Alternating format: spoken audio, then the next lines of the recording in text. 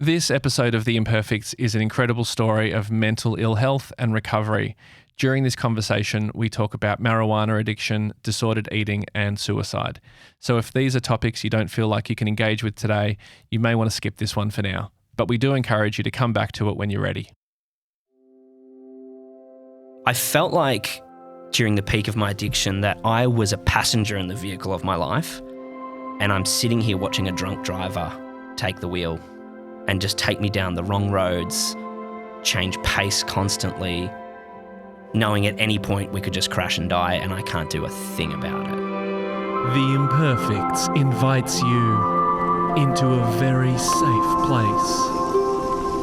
A place where we share without judgment and drink heaps of vulnerability. Grab yourself a cup. This is the Vulnerability House.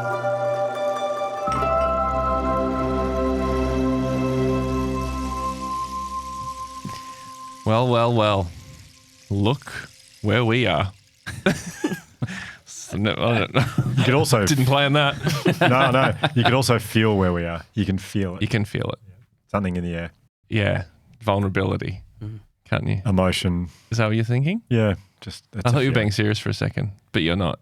I don't know what I'm being. Yeah. Okay.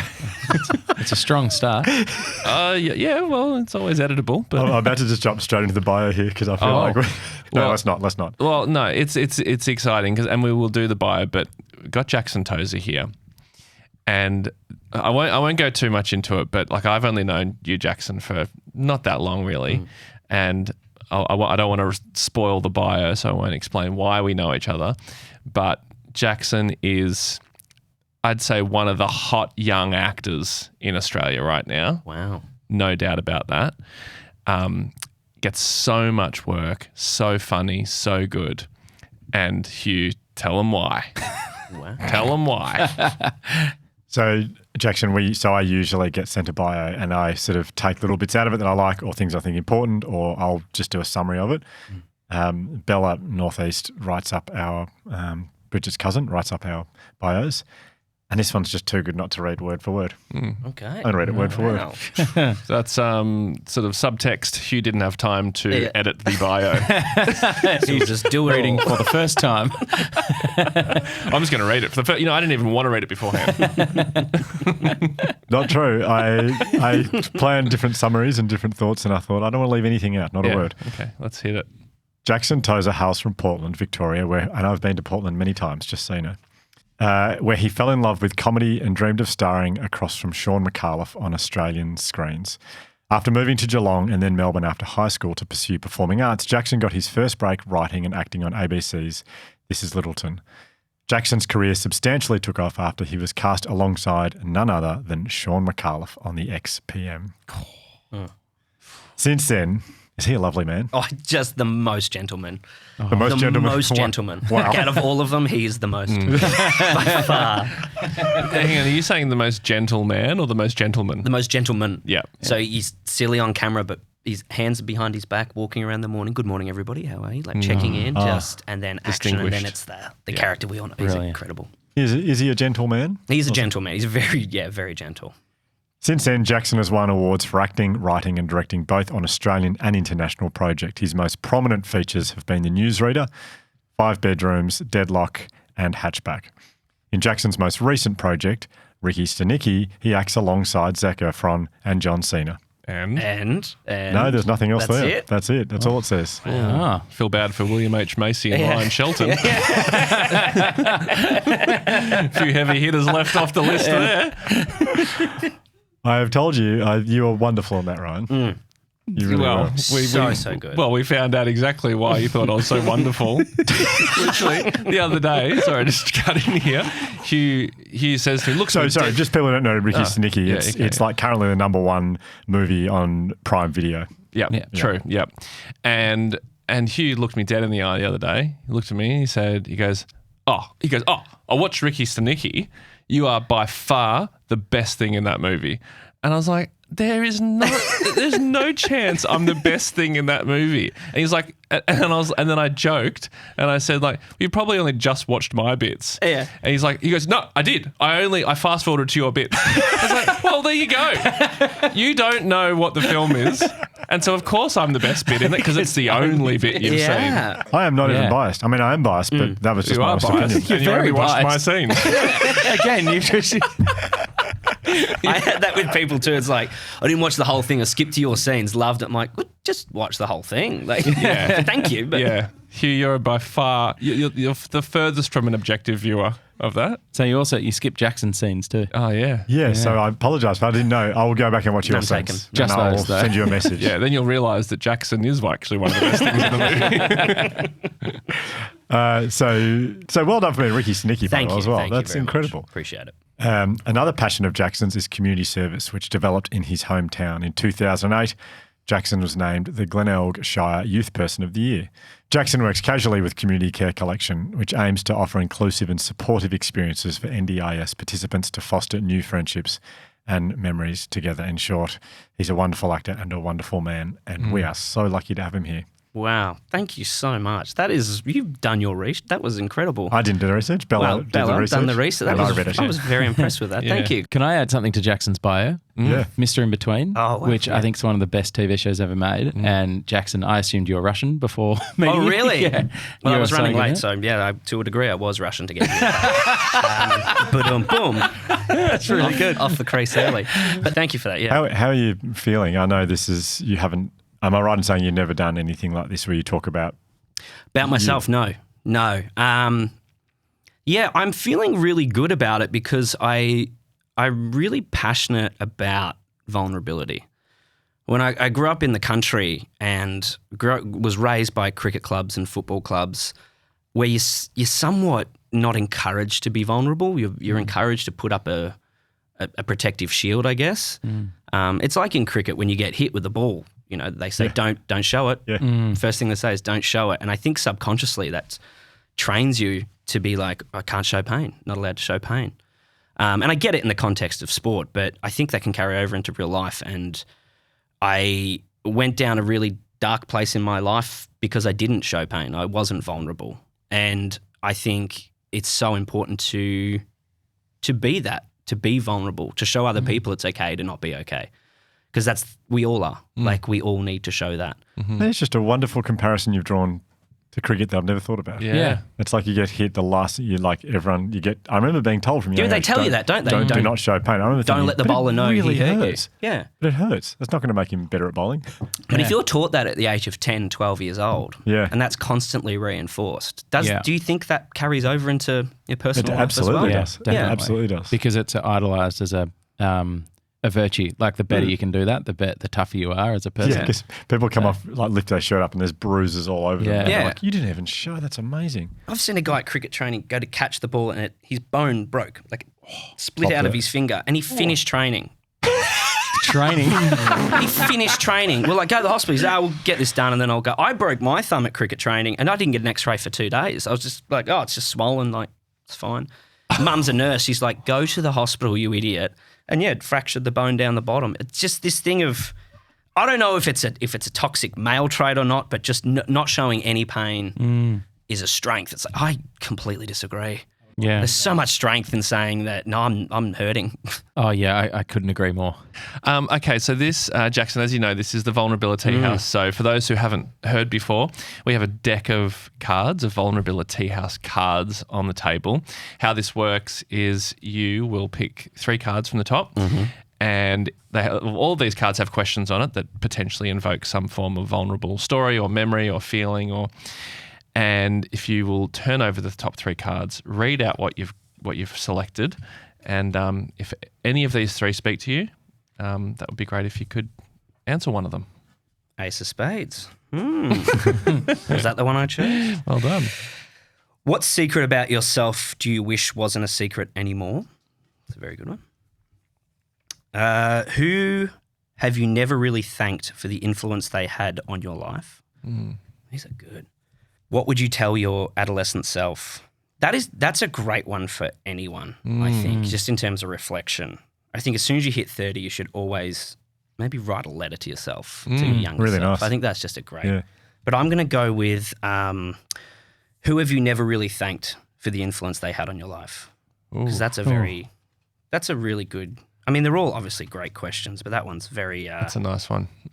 Appropriate. And I guess the answer to that one is my best friend, whose name is Kaya. And sadly, when I was 20 years old, I lost her to diabetes. Now, the reason, that's obviously why I can't thank her. But the reason I'd love to thank her is because everything in my life from that moment onwards was because of that, was because of her.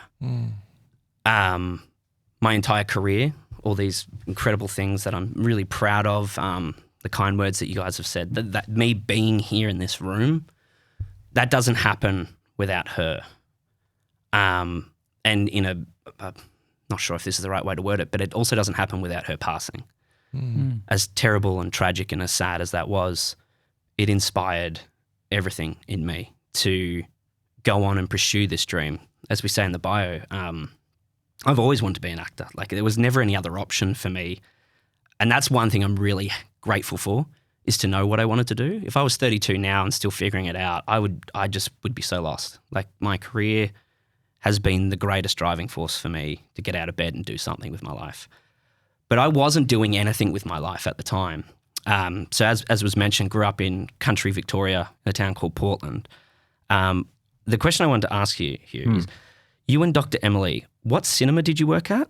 We worked at the Bourne Cinema. I keep hearing Portland Cinema. When I'm listening, I'm like, no effing way. I can swear, right? Yeah. Just don't say effing, please. Just don't say effing. Fucking is good. Yeah, but no, I was like, effing's- no way, I've got to ask him that. So it wasn't the Portland Cinema. But that's fine. It was the Bourne Cinema, but I know the Portland Cinema because I've been to Portland quite a few times. Yeah. And the first thing I'm thinking of is how hard it would be, I think, to want to be an actor in Portland. I feel like Portland Absolutely. is like, there's the footy club, the netball club, and there's the career club, and everything else. Yep.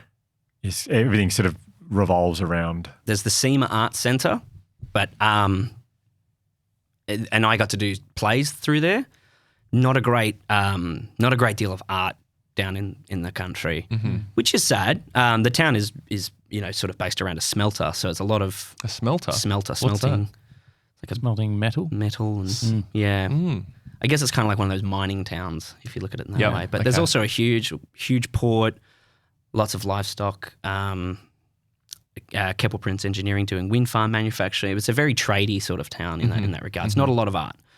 I always wanted to do acting. I always wanted to do this as a career, but I wasn't actively doing anything about it. When I finished school, which was really hard for me, just from a learning point of view, and we can circle back to that. But I took a gap year after high school. And I just worked at the phone shop in town, and I lived sort of a party lifestyle for a year. I moved out of home, which was only 8 minutes from where I ended up going to, and lived above Elijah's Sports Power. So shout out Bruce Elijah. But next door was the pub, and then a couple of doors down from that is the nightclub, which was a bistro during the day. But you never ate there because the tables were on the dance floor. Oh, And it's like I could never have a Palmer where I saw someone get fingered last night. I just couldn't. I couldn't do it.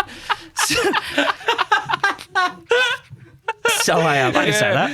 Yeah, you can. I wasn't expecting it. It just takes the taste away. It's You know? perfect. There is something kind of distressing about going into the nightclub from the night before the next day. Yeah. And seeing it in like stark daylight. It really exposes the grimness of what you were in. Yeah. Yeah. And it's just, 8 hours ago, this was a whole different vibe. It was called Club 101, but we knew it as the dog show. That's just what everyone called it. The dog show. It was just called the dog show. Okay. I don't know why. It was just Right. a country nightclub is not a Cool. hit. Yeah, not a cool. Yeah, Yeah, yeah. But it was the only place you could drink after midnight. So that year was just working Monday to Friday, drinking Friday, Saturday night, sitting on the couch all day Sunday.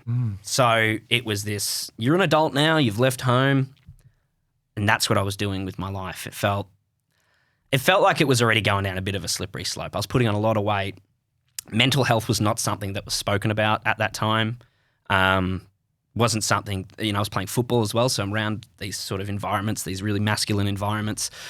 And Kaya was off at university. She was studying to do, I think it was either nursing or aged care. Do you mind, before we talk about Kaya, because I'm really keen to hear about it, but when you said, mental health was not really spoken about, how would you describe your mental health at that, at that point? I was really happy. Like, I was enjoying myself because it was that, I'm an adult now. I can drink. I can go do these things, and it was an enjoyable time. But there was clearly stuff that was going on in my head that I sort of probably wasn't addressing or wasn't dealing with.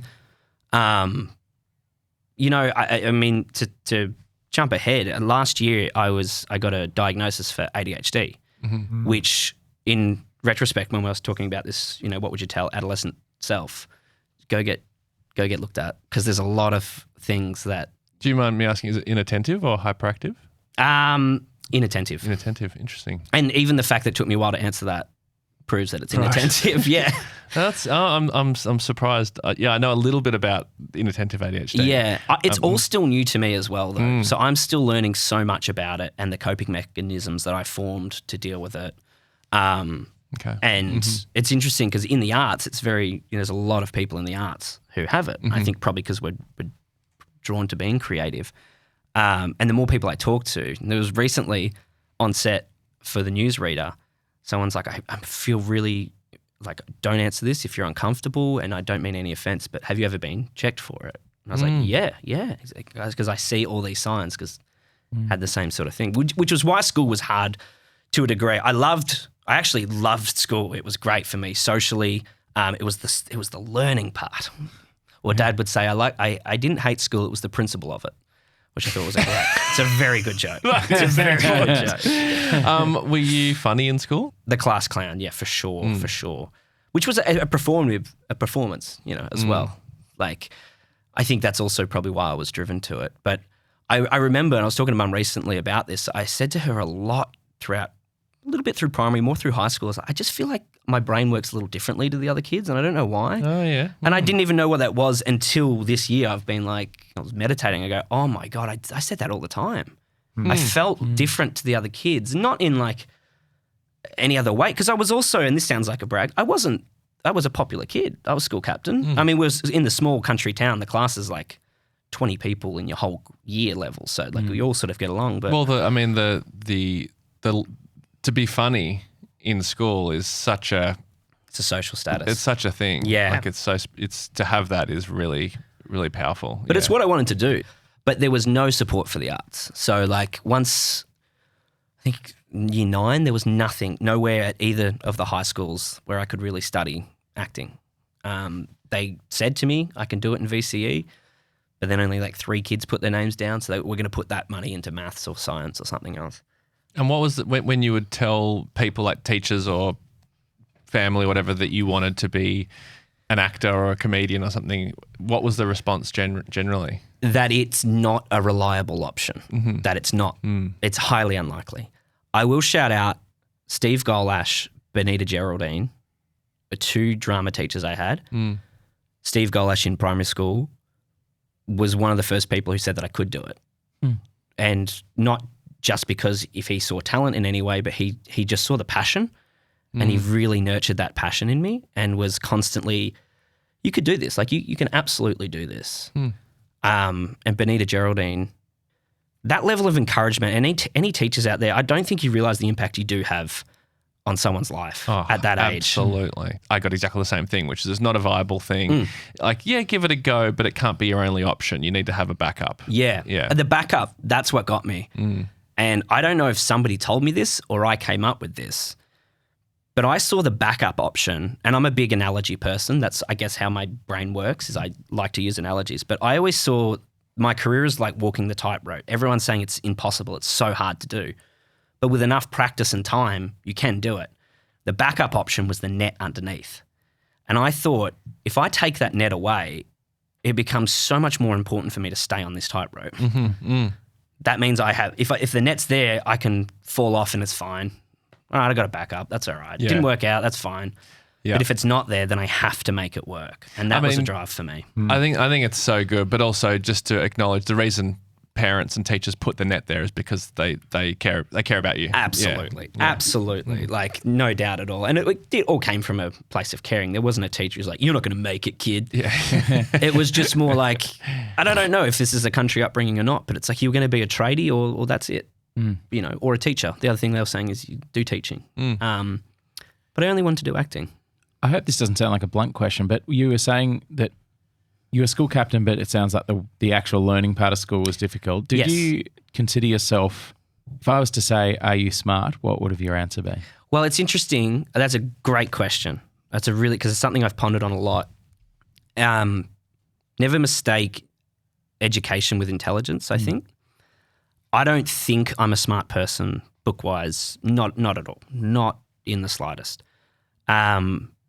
And school was hard for me because it just probably didn't fit my style of learning. So if a teacher fills a whiteboard with words and then you write those words in your book, that's learning. None of that stayed in my head. None of that retained.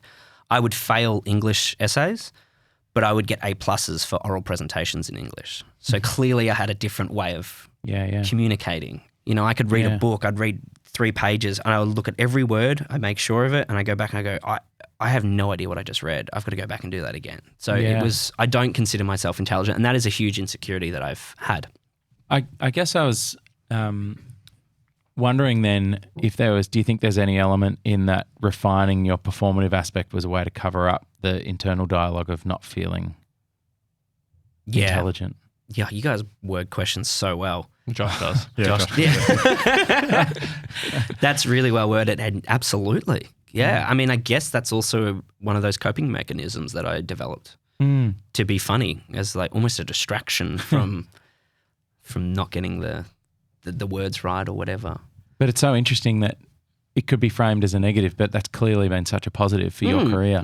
Absolutely. I'm not medicated for the ADHD either. I'm looking into it, but I chose not to because I thought I really like the way my brain works. I really like looking at things from a different perspective, and it's who I've always been. I don't really want to change that now that I've been working on myself for so many years, and more recently been working really hard on myself. And I think like loving yourself for who you are is really important, but those little quirks, I think that makes Jackson, you know. That's so important to keep that element of me. Yeah. Awesome. So if we move on throughout, like chronologically, to when, so you find yourself like as in you're in Portland. Yeah. So when did you make the move then? So it was a week after Kaya's funeral. Oh, right. So I'd done the gap year and I was still working at the phone shop. I wanted to go do the acting, but I made no moves, no effort whatsoever. Can I, before we get there, Please. I'd love to hear about Kaya. Yeah, definitely. Because I feel like we don't really know. I'd like to know who, what she was like. And it's in, like I met her in year 7 on the first day of like year 7 camp, and I actually fell in love. Like I was in love with Kaya for the first 2 years of our friendship, and she knew that. And to a degree, I still think, even to today, that maybe she was my soulmate to a degree. But I connected. I'd never met anyone like her. She got my sense of humor. She was really comforting. Was just a really great person. Just a really, really great person, young woman. And we had a really good friendship throughout high school. And it was more when you hit those adolescent years where life gets really hard, and we had each other to lean on when really heavy stuff was going on. So when she passed, there's a few moments in life which I think completely changed the trajectory of your life. And I remember I was working at the phone shop and I saw people out in the street crying. I was like, oh, geez, who died? And then I got a few phone calls from another friend. And I finally answered it, full of energy, optimistic. And her voice was like, oh, you don't know. And so she had to put her partner on to tell me. And I just remember being like confused, like that can't happen. No, she's not. It's impossible. She's 19. That's not, what? What are you talking about? And my only experience with death, I guess at that time, was grandparents, where it was like cancer. So it was we knew what was happening. We knew it was coming. But this was the first time I've had that shock. And it was shock in every way. And that whole moment is so blurry to me as well. I ask other people what happened that day and different stories. But I just remember falling to the ground and just keeled over in the middle of the shop floor, just wailing.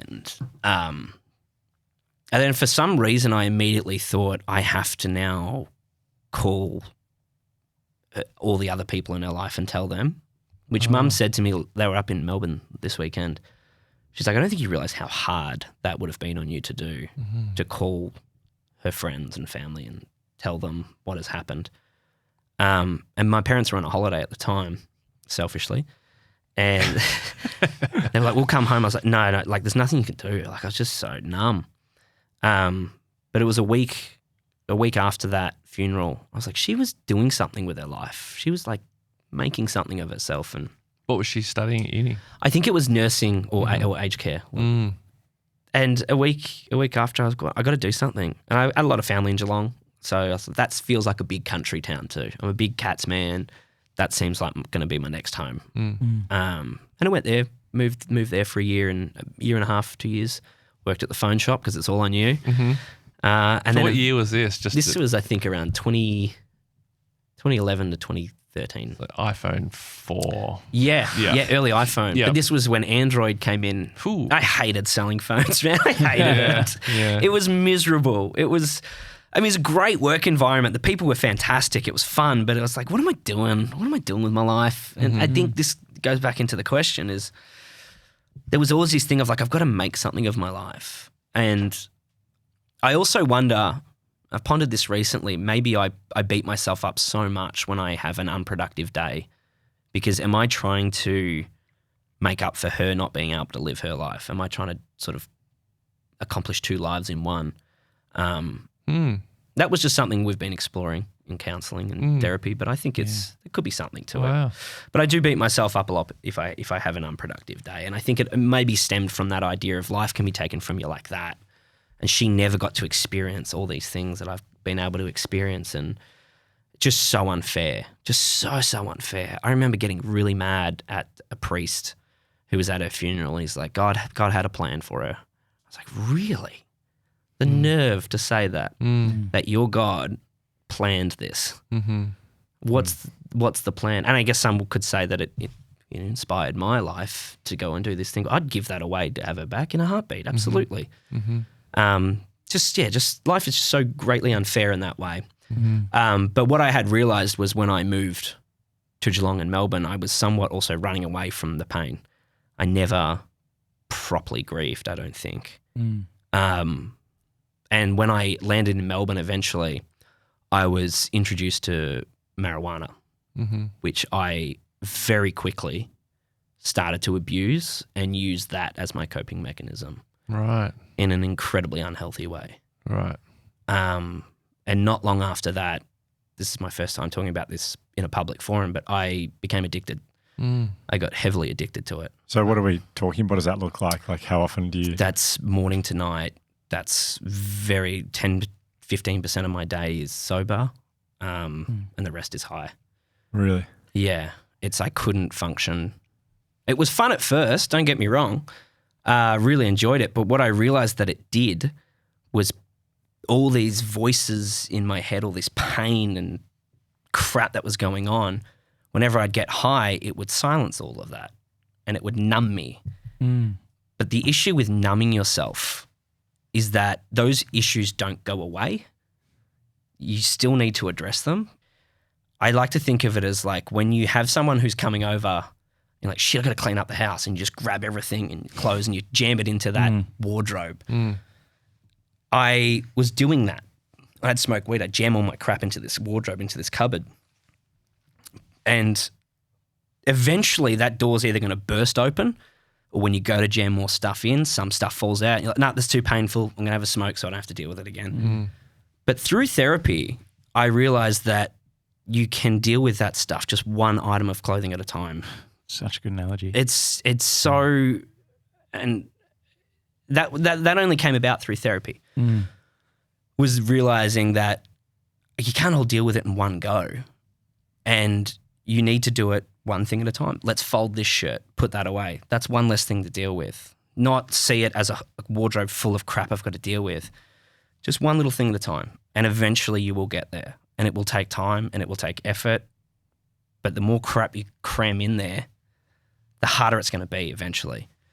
But I didn't realize at the time. I just didn't want to process it. So how hard is it to function in day-to-day life when you are high for that amount of time? Like did people know? Were people worried about you, or were you hiding it? I was really good at hiding it, right. which is why I didn't address it as addiction for a long time.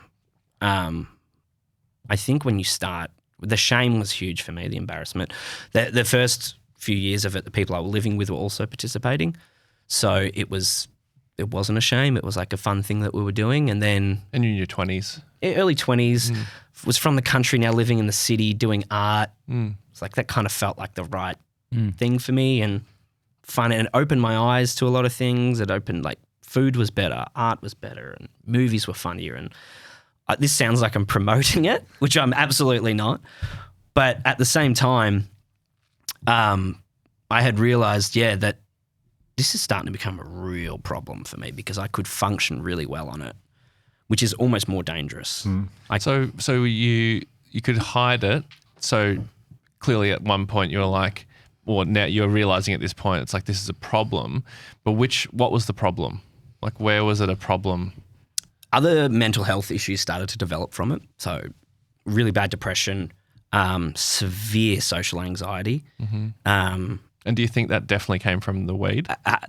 Absolutely. Yeah, absolutely. And did you know that at the time, or is it in hindsight you can pair the two? I think it was towards the end, like to when I started to really go downhill, because this is over like a 6-year time span.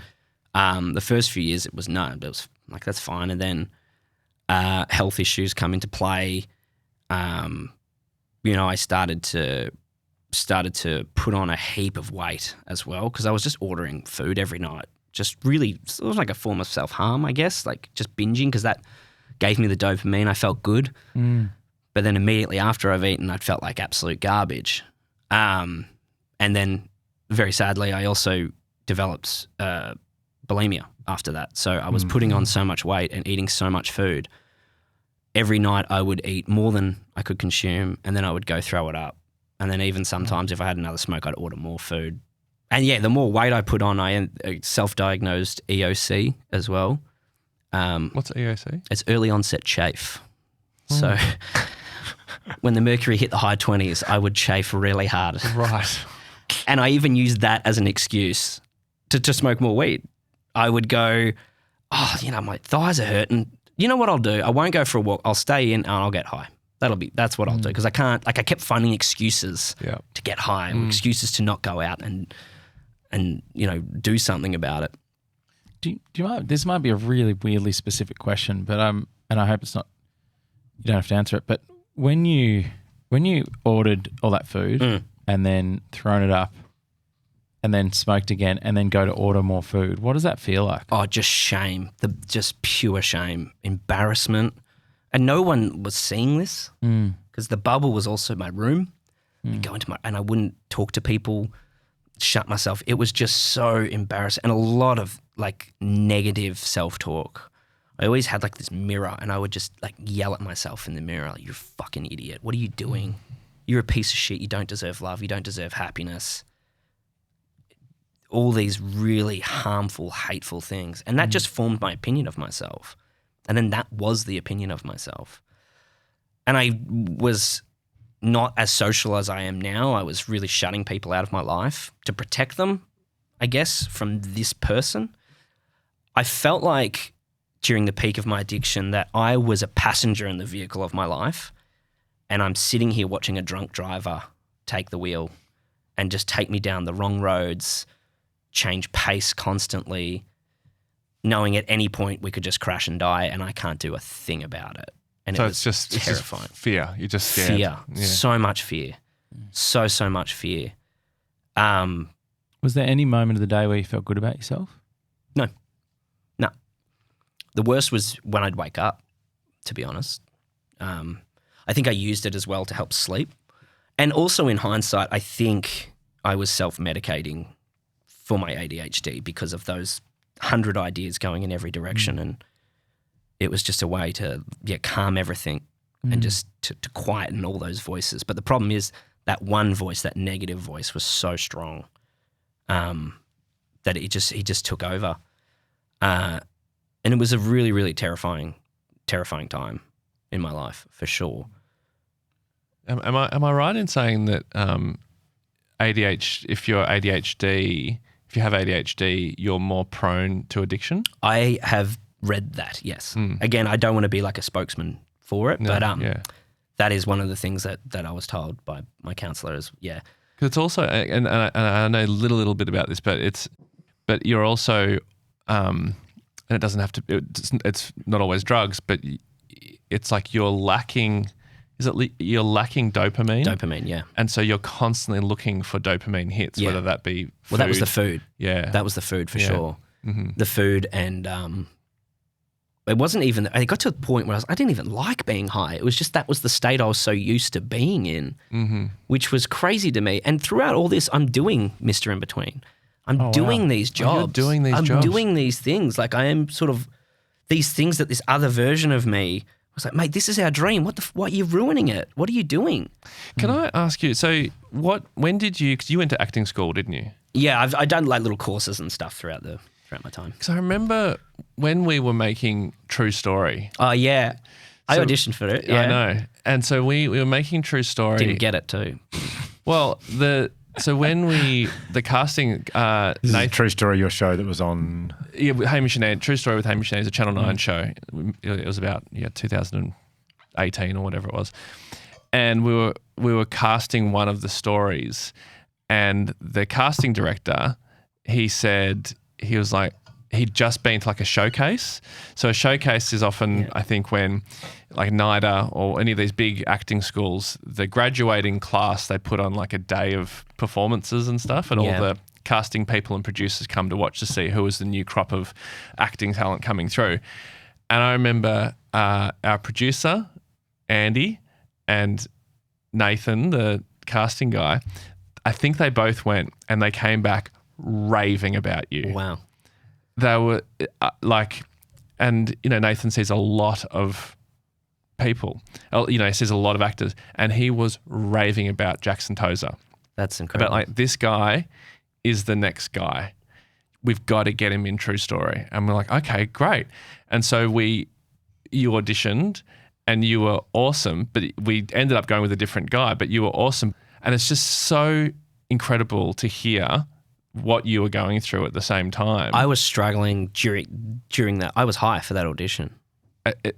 Unbelievable. That was one of my most disgraceful moments, I remember. Wow. Because I remember the audition, it said like in the scene, I think he has like a bag and he packs his bag and leaves or whatever. Yes. I brought in my full cricket bag. Yeah, I remember. I caught it on the tram, and you know how heavy cricket bags can get. I don't know why I kept my bat in there. I could have just could have emptied it. I brought my whole cricket bag. And I remember the audition, you had to walk past the almost writer's room, and I saw Andy was writing on the whiteboard. And everyone just stopped and looked at me as I'm just wheeling this bag through into the other room. It was one of the worst. I did not like that audition at all because I was not in a... Yeah, it wasn't... I remember I did the first take and the casting director's assistant come over with a bin, just like spit it out. I'm like, what? She's like, are you chewing gum? I was like, no, I've got nothing in my mouth. I must have been like cotton mouth from the highness. And I was doing, that. She thought I was chewing gum, and I was so embarrassed after that. I'm not much of a drug dude. Well, clearly. What do you, so like you would have smoked just before you got there, or were you been smoking all morning? I'm just interested in like, I shouldn't do this today, or maybe I should do this today. No, there was never a moment where I said I should do this. It was always I shouldn't, but I will. That's kind of how my brain worked. Anxiety. I was very anxious about the audition. Okay. I thought this will calm me. And then as soon as I smoked it, it made me more a panic attack, which was you had a panic attack that day? That morning. I was anxious, and then I smoked it, and it almost like amplified that anxiety to the point of panic attack. And like, you've got this opportunity to work with, Hamish and Andy and Ryan, and this is going to be cool, and you've fucking ruined it by doing this. And the way I beat myself up after that audition too. It's funny you brought that up because I do remember it. I was so embarrassed and ashamed. And it's like, you've got this like... If young you had this chance to audition, because I grew up also listening to Hamish and Andy on the radio, and I was like, this is such a cool opportunity and you got high for it? What is wrong with you? But I think at that point I was so high functioning on it that I felt like that was my normal. That was my standard. I've never done it before any sort of acting work since that moment. Really? Because of that. Because I knew I wasn't going to get it. I left it beating myself up. It's interesting that you said it was a good audition because it did not feel like that to me. I remember thinking after, I was like, well, you know, I mean, this happens all the time where good actors don't get roles because of, you know, for whatever other reason. But I remember thinking, it's fine. He'll be fine. Yeah. Like I remember thinking, like I didn't feel bad because I was like, he'll be fine. Like So everyone you loves didn't him. Suspect anything like this? You didn't? No, not at all. Okay. Not at Yeah, all. and that was the scary thing was no one did. But when I'm high, I'm like, they know. Everyone knows they're looking at me. All that internal dialogue. Your eyes are red. Your breath smells. You're this. You're that. And what I did need was for someone to pull me up on it. And thank God I had friends who ended up doing that. So before we get to that, and I do really want to hear about that, you're painting a pretty dark picture here of your life in this season. Was there a moment you look at and go, that was the low point? Is there a moment you reflect on and think that was where I really hit rock bottom? Yeah. It was 2018. I had been bulimic for about a year and a half, 2 years at that point. So my internal organs felt like garbage. I'd taken up smoking for a few months. I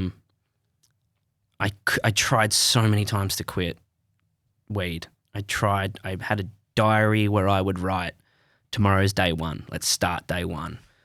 The next day, I'd get weed. And like, you fucking idiot, write in the journal, right? Tomorrow's day one. And that went on for so long. I kept trying. Did you consider like going to like a rehab facility? I did, yeah. I looked up a few. I hadn't told anybody as well. So no one knew you were... Nobody. Yeah. People knew I smoked, but not that I was smoking that much. And in fact, the only person who knew I was smoking that much was my dealer, who randomly was the person I was probably talking to the most. I would go buy the smallest amount, like a minimum chips at the fish and chip shop. He's like, you know you can get more. I was like, no, because then I'll smoke it. If it's there, I'll smoke it. And then the next day I'm like, hey, can I come get more? Like it just was 4 or 5 times a week. It was insane. But I was listening, one of my favourite songs at the time was Rut by The Killers. I'd listened to it and I don't know why, but it was connecting with me. It just always connected with me. The lyrics are, don't give up on me because I'm just in a rut. I guess that sort of kept me going to a degree. And I remember being in so much pain mentally, every day miserable. I'm crying, smoking, I'm crying, I'm purging, I'm crying. I just couldn't find a way out of this hole or out of this rut that I was in. And I was sitting on the tiles and I had convinced myself that I don't know how, but I'm going to end my life because that's my only way to take this pain away. And I didn't want to die. I just didn't want to feel that pain. I didn't know any other way to do it. And that song was on shuffle and it came on. And for the first time in my life, I actually listened to the lyrics and applied it to myself. And I imagined myself singing that to myself. Don't give up on me. I'm just in a rut. I'm climbing, but the walls keep stacking up, all these things. And the song builds to this beautiful point where there's like a layer and layer and layer of voices, of vocals just screaming, don't you give up on me. I'm an actor, not a singer. I'm lying on the tiles, I'm keeled, I'm bawling, having just had that terrifying thought of like tomorrow or even tonight, if you have the courage, just do it, just end it. And I imagined at that point around me, my friends, my niece, and my parents, and they were singing it at me. They were screaming, don't you give up on me. And that's when I sort of realized that suicide was not going to take the pain away. It was just going to pass it on to them. And I could never imagine a world where I'd force my parents to take the same phone call that I took about Kaya. And the very next day, I spoke to my best mates and just said, I have a problem and I need help. And that was the second time in my life that completely changed the trajectory. That was like I kicked that asshole out of the front seat, and he's still in the car, but now I'm driving. And life got so much better from that day onwards. And it was hard, and it's still hard. The road to recovery from then was the toughest challenge that I've ever been on. But it was like every day I was going down, and the second I said out loud that I have a problem and I need help, I just started climbing back upwards. And sometimes it goes down, other times it goes up, but that was the rock bottom. Because I do feel at some point in our life, not everybody for sure, but that idea is entertained. But how close I was to acting on it scared the living shit out of me. That was just terrifying. And it was all because I could say that I needed help. And that's why I'm a huge advocate for what you guys do here and for talking openly about it. So there's only been about maybe 12, 15 people in my life who know my story. Now 1 billion, given your listener base. And I think that's important, right? Someone could hear that and get help themselves. And that's such a powerful thing to do, to have. And I think as men in particular, as I said, we're trained almost to not show that vulnerability. And that was a fear. I can't be vulnerable. But then being vulnerable saved my life. And I would highly encourage any single person out there who's feeling like they can't be, you absolutely can be. If you can't be to your friends or your family, there is therapy, there is things in place that you can get help. Please do. And it's a long road, but in a year's time, you'll be so glad you started today. You just cannot underestimate how much of an impact that could have, what you just said. Thank you. Appreciate that. Like extremely generous of you to do that. Extremely generous. And I'm so interested in what are the things you do now. You say you have your ups and downs now, which I can only imagine. What are the things you do when you're having a good day and you feel like you're doing the right things? What are the things that you do now that help you to stay in the driver's seat? I truly think a walk is the greatest thing you can do for your mental health, right? I walk Princess Park every day. I try to do 2 laps. Most I've done is 30. 30 laps of Princess Park? Yeah, on an e-scooter, but still. I feel like we need to lighten things up. No, like it's therapy, right? Like I put my headphones in, I listen to music or a podcast like this, and you just there's got to be a science to it, right? The dopamine or the endorphins that are released from exercise, but I think they've researched it. They have, yeah. We're breaking ground here. Walking's fantastic. Journaling. So after I had that chat with my mates, and this is what I'd said, I needed people to pull me up on my shit. They were really good in that regard. They kept me accountable.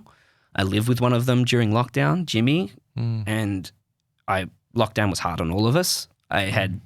I was constantly quitting, right? You never quit quitting. So I'd go off for a little bit. I'm having a hard time. I'll get some more weed. Yeah. And it was back and forth and back and forth. And I remember him coming home and he smelt it. And it's like, you don't realize how much it smells, but it does. He's like, why are you doing this? I was like, I'm clearly not dealing with this lockdown. And he took it off me and threw it away and just kept me accountable. And that is a fucking loyal friend. And would you get annoyed at him when he would do that? Yeah. Because he would go, that was his way of telling me. That he knew. And by doing that, though, I think what that does is it puts it on me to make the call, not for him to be like, stop smoking. But by him doing that, I'm like, he knows, all right, I'm aware, but let's get back on track. Just as I'm incredibly grateful for that, man, for that. And I think we all need those people in our life as well. But the very final puzzle piece for me was my parents. That was the scariest thing in the world. I'd promised myself, at no point am I telling them. At no point. Because Mum, I remember when Heath Ledger died, Mum was like, you promised me that's never going to happen to you if you make it as an actor. Don't ever. And that was always in my head. And I live in Melbourne, which is 4.5 hours away from them. So they can't be there to protect the little boy. Do you think she was saying that because she had any sort of real fear of anything happening, or No, I just think it was the connection of an actor? Yeah, Yes. actors, that's their lifestyle. Yeah, okay, yeah.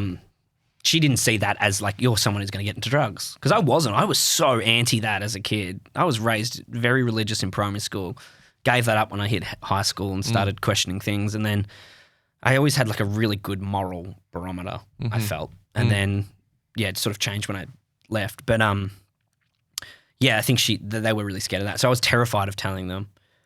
But it took one moment of courage to actually just say to them, all right, I've got to do this. I've just got to tell them. I told Mum,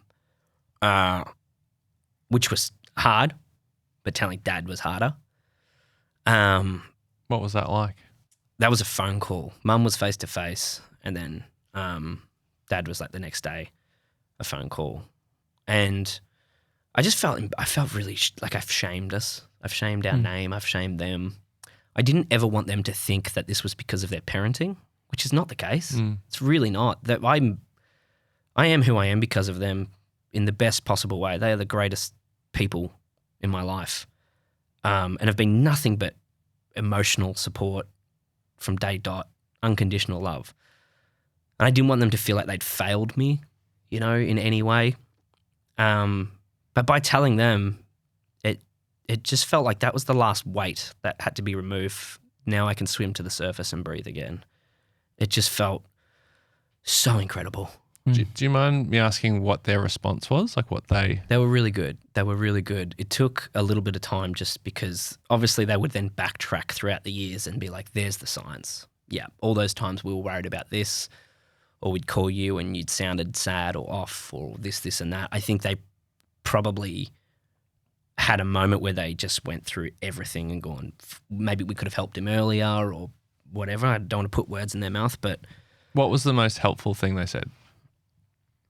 We're always here for you, which they always said. But that's when I really...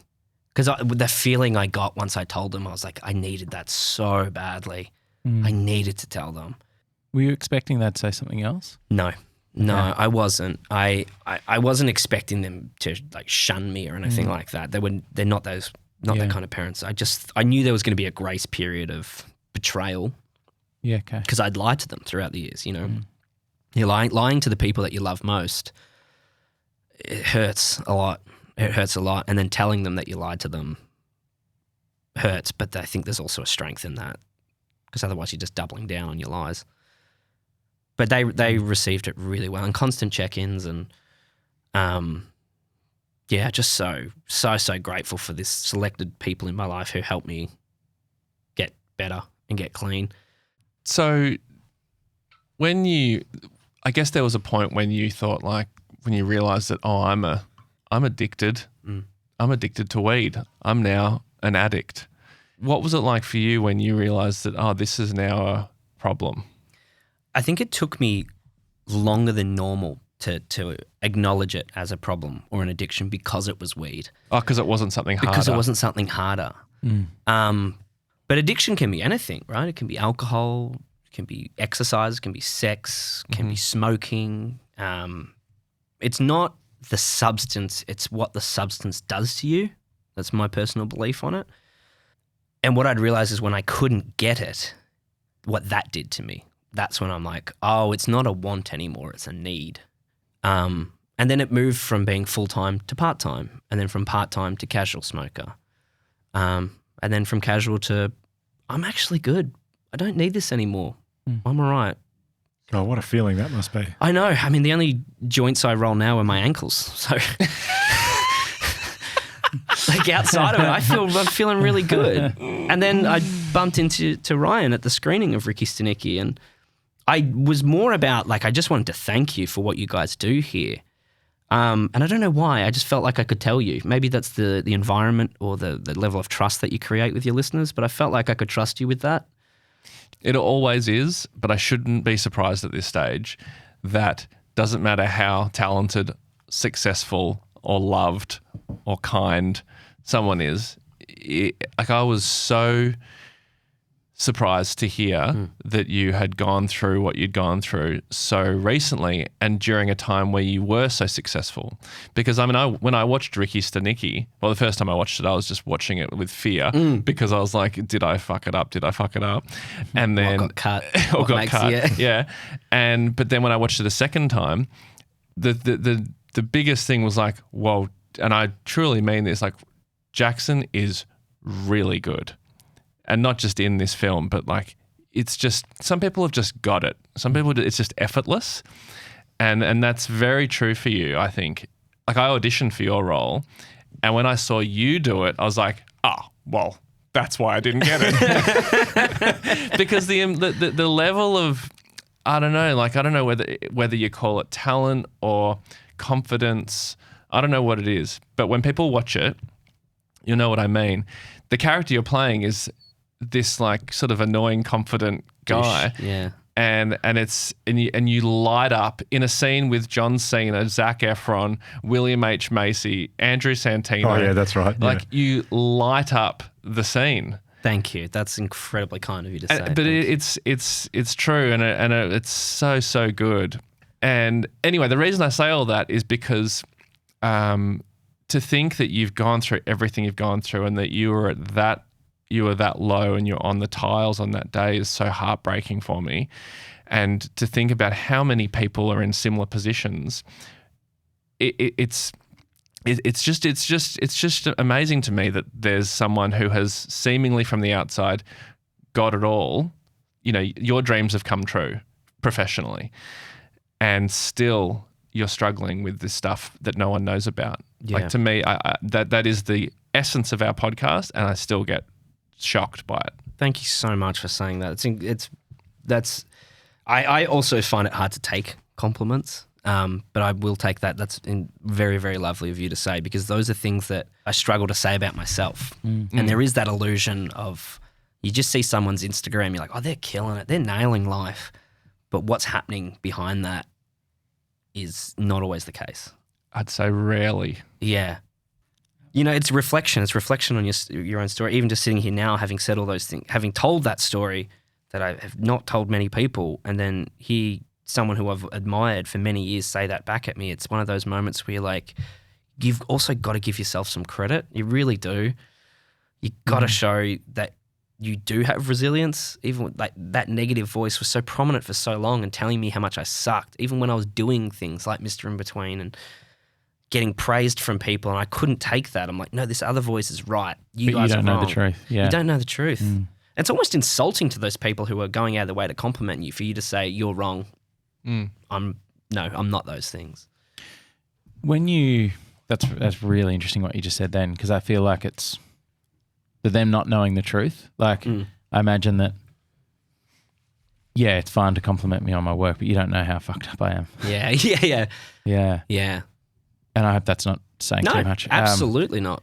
I've got two things I wanted to ask, but when you're, to go back into it a little bit, I hope you don't mind, but when you're going through that stage of recovering and sort of rebuilding yourself, I guess, might be a way of saying it. That's a really good way to put it. I was really struck by the word you use, talking about your parents not being able to, they weren't near their boy.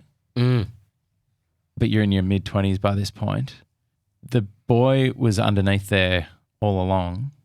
When and were you able to start accessing some compassion for the little boy inside you? You're so good at it. Questions. That was actually specifically that was great. Really good. I feel like Josh hit a massive 6 just then. That was, yeah. And we're not celebrating it and enough. it's not a 6 and out either. Like you get to face another ball. That was great. Because you got a second question. I find it hard to answer that. Just I wish I had the perfect answer. The first thing that comes to mind is Mum said to me when I was really down on myself, write a list of all the people you've worked with in your career and give that list to 16-year-old you. And what would he think of that? And it was coming off the back of, it might have been after some good success with Mr. In Between. And again, like we talk about, oh, you're killing it. You're seeing the 1 out of 200 auditions that I got. You're not seeing the 199 that I didn't get, that I'm beating myself up over, that I could have got. And I was really down on myself. And I wrote the lists, and it's like Shaun Micallef. I'm like, holy shit, if I gave that to 16-year-old, he would lose his mind, you know? And then just kept writing it, and it was a good way to reflect, you know? I also have this little box at home it's in my special memories box. It's got all those little things in it. And the box is just shredded to bits. It's like taped up. I've had it for years. I reckon I had it when I was in high school, but a lot of the stuff in there is from Kaya as well. It's like my special memories box. After she told me that, I wrote that list and put it in there, and I started going through all the stuff. And it was a beautiful moment of reflection of like the journey again. I really loved that young guy inside of me. When she died, it felt like he died too. I was an incredibly different person from that point onwards. I found it hard to let people in out of fear that they will also die and I could lose them in a heartbeat. There's some elements of him that stayed with me, but I reckon that would be the moment when Mum told me to do that. That was just good advice. Yeah. Yeah, wow. I imagine just any kind of light or because of how dark it got, I imagine any kind of glimmering hope that I can actually feel something positive again would have been huge. Like that's something. Yeah. I think when I would get a role, that was the joy. That felt good because it also somewhat get me clean. Like Mr. In Between, I'm pretty sure we lied and said that I was a Sydney actor because they were only casting that role out of Sydney. So I paid my own flights, accommodation. I lost money on that job. But I was there for 2 weeks, so I didn't have access to weed. It was tough mentally, but I put my energy into the work, and I was so happy. Like this is where it should be channeled. That's interesting. It's like that's where you're getting your dopamine from. I think that's exactly it. What's interesting is that my therapist, I've said to him, you know, like I'm not doing it at all anymore, and he's like, do you realize in the long time we've been together, I have not once told you to stop smoking weed. What we've done is we've worked on the reasons why you were smoking it. We worked on you. And then you realised that you were using it to deal with those things. So when I was doing Mr. In Between, the work was the dopamine. The work was the distraction. That was everything. And if you've seen the show, I've got the world's worst haircut, big ginger beard. I'm a Russian thug. I've got tattoos from the neck down. And the poor dude whose Airbnb I was at knocked on the door as I'd just gotten out of the shower with all these bikey tattoos. And he was giving me a bottle of wine to say thank you for staying. And I've answered the door and he's like, here it is. And I was like, oh, no, just so you know, like I'm an actor and I'm doing this thing. He's like, I honestly thought I was going to call the police. I thought it was harboring a bike. Like thug things going on. I can't believe I lost money on that job. That's fine. It's made up for it in the long run. But worth it. That's so interesting. So worth it. Seems like you earn a lot more, Yeah, you get so much, you get different things from different experiences. Yeah. Money's not once in my life been a driving force. I've said no to jobs that pay well just because I didn't morally agree with them or didn't want to do the work. For me, it's the happiness. It's the joy. Like, am I happy doing this? Am I going to be am I enjoying this experience, or are these people I'd like to work with? And I think that's a prime example of it. I'd happily spend the money because I was also probably saving money on not buying weed and ordering food. And I was cooking. I was eating healthy. It was great while I was up there. An incredible experience. It's kind of, I imagine that you lose, like people can tell you what you're missing out on. Yeah. And I imagine it kind of bounces off the surface because nothing could replace a lived experience and an example of what you're missing out on. And I feel like that experience in Mr. In Between is suddenly like, oh, I've done 2 weeks here of something and I can do it. Like that actual having the physical example of what life could be like that's a gift. Yeah. And I think I also got scared of the highs and the lows. So like with addiction, the highs are so great, but the lows are so bad. And you sometimes, well, more than often, you get high to avoid the low. So when I got back from Mr. In Between, it was a really dark period because I got no other work lined up. What am I going to do now? I know what I'll do. I'll get high. And then just kept further and down that rabbit hole. That was sort of the beginning of heading towards the the bottom. You know? Oh, that was pre. Okay. Right. That was pre Right. bathroom tiles. That was Yeah. yeah. But then a lot of great opportunities had come from after that, and it's just I think it's developing different coping mechanisms as well as to how to deal with those lows. Walking, talking, good friends. I was yearning for help, but I was too terrified to ask for it. And a lot of it for me was I didn't want to be a burden, which is a common trait, I think, when people are trying to get help. I don't want to burden somebody else with my problems. Yeah. And I remember when I did tell my friends, they're like, you are never going to be a burden. Like, I'd rather help you than bury you. This is one of the best things I heard. At any time, call me. Even if you're just having a bad day, just call me. Just talk about it. That's so important to have that level of support, I think, for sure. The people who, this community care collective, the business I now do casual work and disability support with, that's run by my best friends. And they changed my life by giving me that job, because that was at a point I was also just mentally not in a good spot. And I was doing gardening work as a labourer. I was just miserable doing that. It was so much stress. I was managing the business for some reason. I'm not a good gardener. I don't know how I got to that point. And it was coming out of lockdown. I'm like, I can't do this. I'm having a breakdown. I had a real breakdown. I called the boss and I was like, I was a casual. And I quit today because I'm about to relapse. I'm about to really go down a dark path. And like 2 weeks later, my mates, Andrew and Elise, they offered me just a day working in disability support. I thought that's something that seems really rewarding. I need some gratitude right now. And I started listening to, I got the Calm app, thanks to LeBron James. He sent it to you personally. He's like, you're going to love this. Use my code. Yeah. I heard him promoting it in an interview. I was like, I'll give that a go. And that's incredible too. Like meditation. I was like, well, yeah, I can't sit still. I can't keep my brain focused. But the more you do it, the better you'll get at that. And you still meditate now? Every day, yeah. I do it after the shower. It's like a routine thing. I lay on my Shakti mat, which are those little mats. Wow. They're so good. Little acupuncture mat. I lie on that. It's 10 minutes out of your day. If you can't give 10 minutes to doing nothing. I said this to Dad. I'm like, can you meditate with me? He's like, nah, mate, you're asking a lot. I'm asking you to lie on the floor and do nothing. I literally couldn't be asking you to do less. Yeah. You sitting on the couch drinking a beer is probably more effort than what I'm asking you to do. Yeah. But the more you do that, the better you're going to get at it. So meditating, Calm app, and then working in this job. I mean, you speak about it a lot in your book. Gratitude is one of the greatest things in the world. I would leave a day of, selling phones or working gardening and just be like, oh, what am I doing? Like, I don't feel like I've given back to the world or done anything. You do one day of working with young adults who have various levels of disability, and you just feel good about what you've done. You feel good about yourself. And it's the opposite of that negative voice telling you suck. It's that voice saying, even though you were having a bad day, you made somebody else's day. You helped somebody else. When the parents pick them up at the end of the day, the look on their face of like, thank you, thank you. It's just so rewarding. It's like, I often, when I'm away filming, we have an app where you can see, like, we upload photos of the young participants so their families can see them having fun and, them achieving their goals is another really important thing.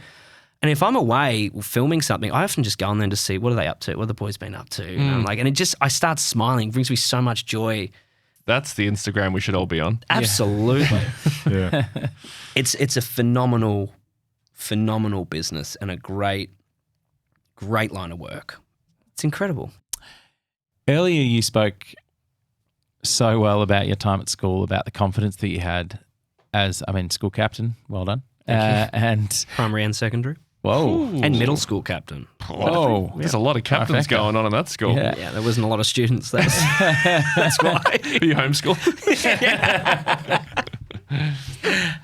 And confidence, I imagine, is a big part of your job now. Yeah. How was your confidence during the depths of addiction, and how do you, I'm going to assume it wasn't great, and how do you then go about rebuilding that? It's a good assumption.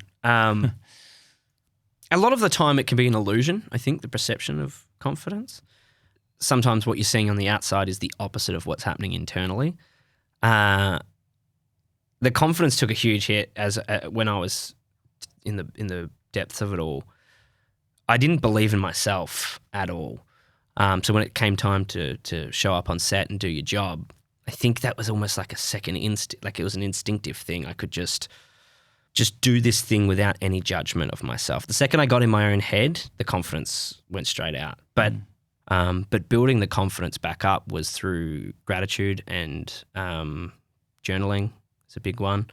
I'd say predominantly through gratitude, starting to focus on the things in your life that are good and the things that work and the things you're good at rather than the negative stuff. Because the more you feed, the as I said, the bigger that will become. So when you say like being grateful for the good things in your life, how does that in a practical way, like on a day-to-day basis, are you just thinking about the good things, or are you journaling about it? Is it the journaling? Journaling has helped. That's probably more of a recent thing. Just reframing things in your head. So it's really just thinking about it and like changing your mindset. Going on my walks and focusing on like, it's cold today, but the sun's out. That sun's warmth is nice. I think it's really important to if you dealt with a really a situation where you're being harsh on yourself, just try to reframe it. And it's something we can all do. But it's hard. Like when you're so negative on yourself, it's so hard to find something positive. But if you can find one positive thing, even the fact of I'm trying to find something positive about myself, that's a positive. You're trying to improve. Let's focus on that. Totally. I can't find anything. That's okay. You looked. We'll try again tomorrow. You might find something tomorrow. And that's the key to, I think, getting your confidence back. I have the perception of a confident man. I'm not. I'm really not. But that's something I'm working on and I will continue to get better at. I just think it's really important that you know that so many points of this interview will help so many different people. You've touched on so many different things that people struggle with, and you've done it in such a beautiful way. So it's really, really powerful. But before we finish off, there's a question in the deck, which I'm not going to try and find now, but the question is, and just to finish the interview, I'd love you to answer it. You can do it very quickly if you like, but the question is, what would you tell someone who is no longer with us? If there's something you could tell someone, is there anything you'd tell Kai now about your life now that you'd like her to know? That is really good. I would thank her, to answer my original question. I would absolutely thank her. And I'd let her know that I am okay now. Like, every now and then I try to talk to her, like I reach out, and not through a Ouija board, just sitting at home and just try to talk and just pray, like hope that I get a response in some way. But I'd just say to her that I'm sad for the time we didn't get together, but I'm grateful for the time we did. That's beautiful. Nice. Wow. Jackson, thank you so much. Thank you guys so much. I really appreciate it. That's an incredible chat that will help so many people. Thank you. Thank you so much for the opportunity to say it.